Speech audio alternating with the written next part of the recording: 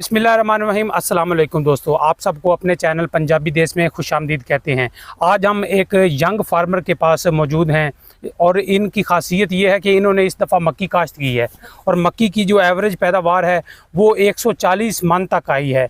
जिसने भी सुना हैरान रह गया कि इतनी मक्की की पैदावार कैसे आ सकती है, क्योंकि आप सब जानते हैं इस दफ़ा मौसम काफ़ी खुशगवार रहा था हर फसल के लिए, गंदम के लिए भी, मक्की के लिए भी।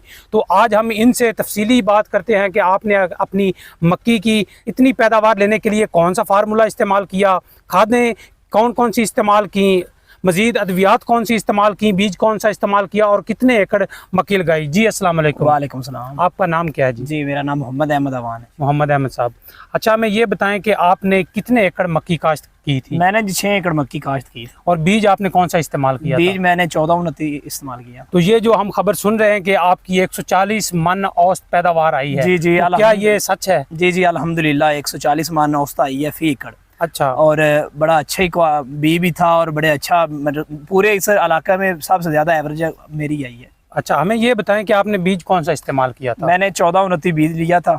उस वक्त रेट क्या था जब आपने उस लिया? वक्त 11,000 से लेकर 12,000 तक चल रहा था। अच्छा ये बताएं कि आपकी वक्त काश्त तारीख क्या है, किस तारीख को आपने ये बीज ये मैंने 10 फरवरी से लेकर 12 फरवरी तक ये जो है ना मैंने सारी काश्त कर ली थी 6 एकड़। अच्छा हमें ये बताएं कि मक्की की फसल से पहले आपने कौन सी फसल काश्त की थी जिसमें मक्की आई है? मक्की की फसल से पहले मैंने आलू लगाए हुए थे। अच्छा, और उसी पे ये मक्की काश्त।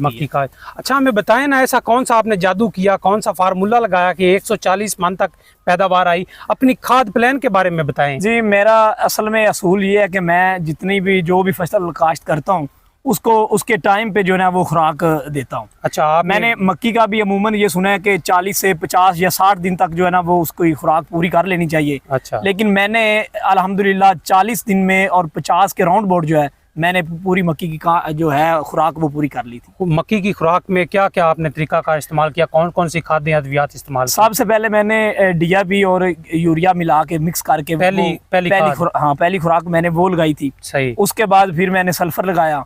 उसके बाद उसी के साथ या दूसरी खाद के साथ? दूसरी खाद कौन सी इस्तेमाल? यूरिया खाद दूसरी इस्तेमाल की। यूरिया के साथ आपने सल्फर लगाया। उसके बाद मैंने होमियो एसिड लगाया साथ यूरिया खाद के। अच्छा, उसके बाद फिर मैंने खाली जो है वो यूरिया खाद, और उसके बाद फिर 4 यूरिया खाद लगाने के बाद फिर लास्ट में मैंने पोटाश वो 10-10 किलो फी एकड़ को मैंने लगाई है। अच्छा, मतलब आपने डीएपी एक अलहदा बोरी इस्तेमाल की है और 4 यूरिया डाली है आपने, उसके साथ सल्फर, होमियो एसिड और पोटाश वगैरह इस्तेमाल की। अच्छा ये बताएं कि इतनी पैदावार तो किसी की नहीं आती, ज़मीन भी लोगों के पास बड़ी अच्छी होती है, फिर आपने इसके अलावा ऐसा कौन सी तकनीक है जो इस्तेमाल की और यहाँ तक पैदावार पहुँची? अल्हम्दुलिल्लाह मुझे अल्लाह पाक का बड़ा करम है हम पे कि 140 मन के औसत से ये फी एकड़ पैदावार मैंने काश्त की है। असल इसकी मेन वजह तो ये है कि हमने इसमें गोबर डाला था सभी 6 एकड़ में। अच्छा, तो उसके बाद 3 एकड़ जो जब मक्की तैयार हो गई थी, 3 एकड़ हमने चारा वाले से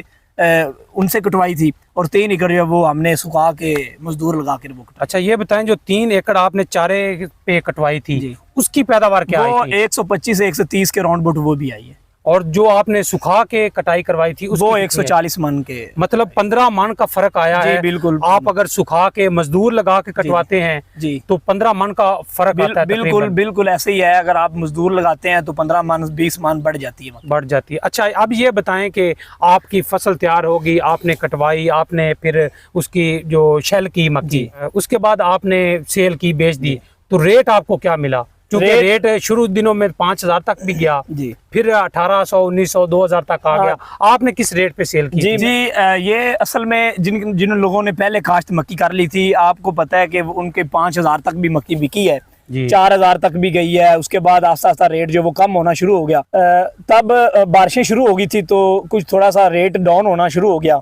अच्छा। तो हमारे बदकिस्मती ये है कि हमारे मुल्क में जो है वो मक्की की काश्त हो या कोई भी फसल की काश्त हो, उसका एक तो रेट फिक्स नहीं होता। बिल्कुल। वो जैसे जैसे उसकी काश्त कोई भी फसल होना शुरू होती है उसका रेट अमूमन तौर पे गिरना शुरू हो जाता है। किसान भाई को ये बड़ा नुकसान उठाना पड़ता है जब जो भी या जो पहले इस काश्त कर लेते हैं उनको रेट अच्छा मिल जाता है और जो दरमियान में आ जाते हैं उनको रेट बड़ा कम मिलता है।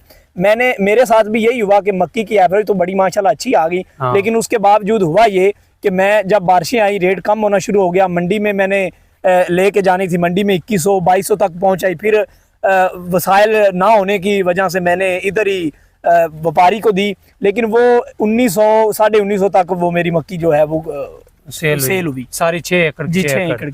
देखिए नाजरीन, कितना बड़ा आलमिया है कि हुकूमत भी इस पर कोई एक्शन नहीं लेती, मक्की की एक्सपोर्ट नहीं कर रही, ताकि मक्की के एक्सपोर्ट को बढ़ाकर हम अपने ज़र मुबादला में इजाफा कर सकते हैं, डॉलर अपने मुल्क में लेके आ सकते हैं। इससे होगा ये कि किसानों की भी मदद होगी, मुल्की मईशत भी बढ़ेगी और गरीब तबके को भी अपने जायज़ हुकूक मिलेंगे। यहाँ किसान तबका पिस रहा है, देखिए उसकी भी मक्की है जिसकी 5000 में सेल हुई है, उसने भी उतने अखराजात किए हैं, उतनी मेहनत की है, और दूसरे गरीब किसान ने भी उतनी मेहनत की है, उसने भी उतने अखराजात किए हैं, लेकिन गरीब को उसके जायज़ हुकूक नहीं मिलती।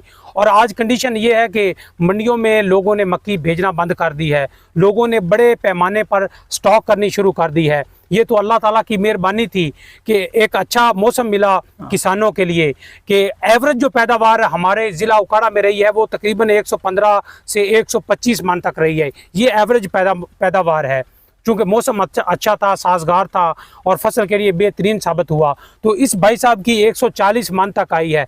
और इसमें जो फार्मूला इन्होंने इस्तेमाल किया है वो ये है कि जो कुदरती खाद है, असल उस कमाल उसका है कि इन्होंने जो अपनी वो कह रहे हैं कि हमने अपनी ज़मीन में गोबर डाला है, गोबर की खाद ही असल चीज़ है जिससे पैदावार में इजाफा हुआ है। दूसरा फिर आलू वाली मक्की थी, तीसरा साजगार मौसम बड़ा साजगार था, चौथा इन्होंने खुराक जो पूरी मक्की की है वो टाइम पर दी, और पांचवा ये कि इन्होंने जो अपनी मक्की की कटाई करवाई है वो मजदूर लगाकर सुखा कर करवाई है, उससे पैदावार में कमी नहीं आती। तो आप भी इस पर अमल दरामद करके अमल पैरा होकर अपनी हर फसल की ज़्यादा से ज़्यादा पैदावार ले सकते हैं। दूसरी तरफ हुकूमत की नाअहलियाँ हैं, हुकूमत की गफलत है, हुकूमत की लापरवाही है कि वो किसानों को जायज़ हुकूक नहीं दे रहे। हम लाएंगे इस तरह आपके लिए मुफीद वीडियोज़। अगर आपको हमारी ये वीडियो पसंद आई है तो लाइक कीजिए, चैनल को सब्सक्राइब कीजिए और वीडियोज़ को आगे दोस्तों तक शेयर करिए। आप सब देखने वालों का बहुत शुक्रिया। अल्लाह हाफिज़।